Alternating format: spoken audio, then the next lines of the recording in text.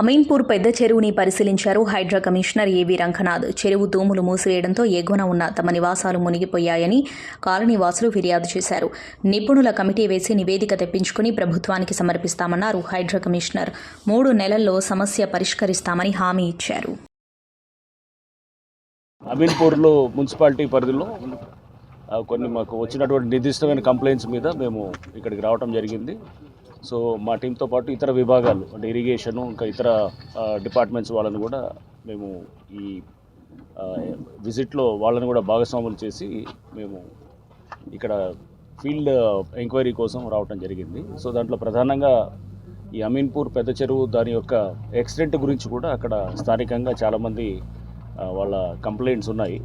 So ఆ చెరువు విస్తీర్ణం యాక్చువల్గా లేక్ మెమోయర్స్ ప్రకారం అంటే ఒరిజినల్ రికార్డ్స్ ప్రకారం వారు చెప్పడం దాన్ని బట్టి అరౌండ్ 90-95 ఏకర్స్ ఉన్నాయని అంటున్నారు. బట్ ఇప్పుడు ప్రస్తుత విస్తీర్ణత వచ్చేసి దాని దాదాపు 400 ఏకర్స్ అట్లా ఉన్నాయి.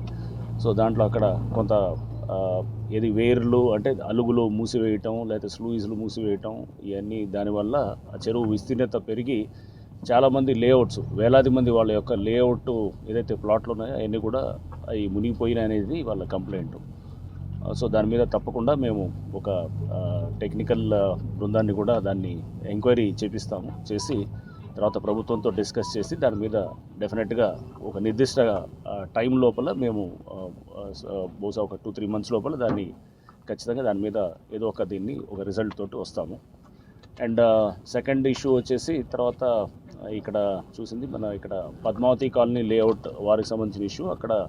అక్కడ కూడా కొన్ని కంప్లైంట్స్ ఉన్నాయి. అక్కడ ఎక్స్ఎమ్మెల్యే కాడసాని రాంభూపాల్ రెడ్డి గారు వారు ఎంక్రోచ్ అయ్యారనేటటువంటి కంప్లైంట్స్ మీద కూడా అక్కడ కూడా మేము వెరిఫై చేయడం చేసాం. దానికి సంబంధించినటువంటి సర్వేయింగ్ కూడా జరిగింది.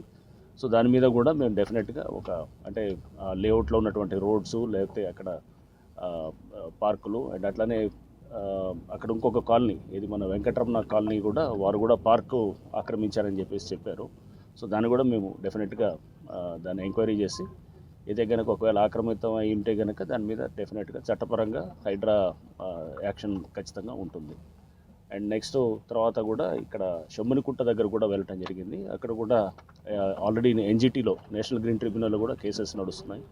సో దాంట్లో కూడా ఎఫ్టీఆర్లో పలు కట్టడాలు వచ్చాయనేటటువంటిది కూడా అది కూడా చెప్పారు.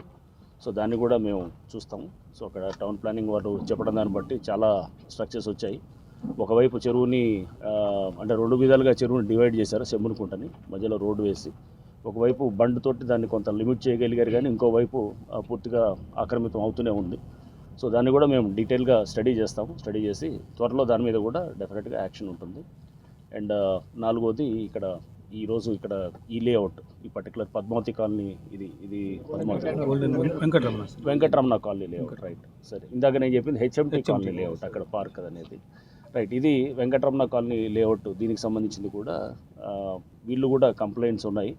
సో దీంట్లో పార్కు ఉన్నది. పార్క్ దాదాపు 1 ఎకరా దాకా పార్కు మాది కూడా అంటే అది హైడ్రా పార్కులు ఈ ఓపెన్ స్పేసెస్ ప్రొటెక్ట్ చేయాల్సిన బాధ్యత కూడా హైడ్రా బాధ్యతగా ఉంటుంది. సో యాజ్ పర్ మా ఇచ్చినటువంటి అఫీషియల్ మ్యాండేట్ ప్రకారం.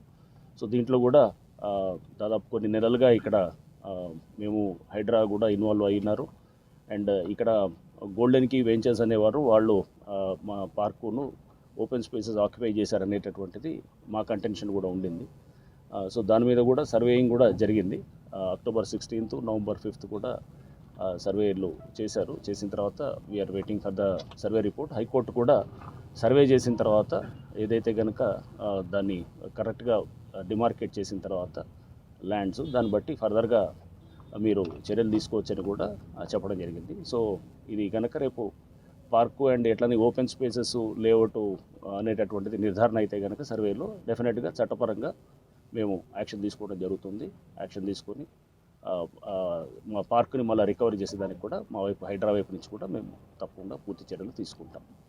సో ఈ ఓపెన్ స్పేస్లో కూడా కొన్ని స్కూల్ బిల్డింగ్స్ కానీ ఇట్లా అవి ఉన్నాయి. దీంతోపాటు లేఅవుట్ సంబంధించిన వాళ్ళ ప్లాట్స్ కూడా ఉన్నాయి. అవి కూడా ఆటోమేటిక్గా వన్స్ మా ఏరియాస్ అన్నిటిని కూడా ఏదైతే హైడ్రా పరిధిలో వచ్చేటటువంటి రోడ్స్ని ఓపెన్ స్పేసెస్ని అండ్ అట్లానే ఈ పార్కుల్ని వాటిని ఎట్లయితే రిట్రీవ్ చేస్తామో ఆటోమేటిక్గా లేఅవుట్ సంబంధించిన వాళ్ళకు కూడా రిలీఫ్ ఉంటుందని చెప్పేసి మేము భావిస్తున్నాం. Thank you. Hi everybody, this is Kiriti Damaraju. Like, share and subscribe to Saira TV.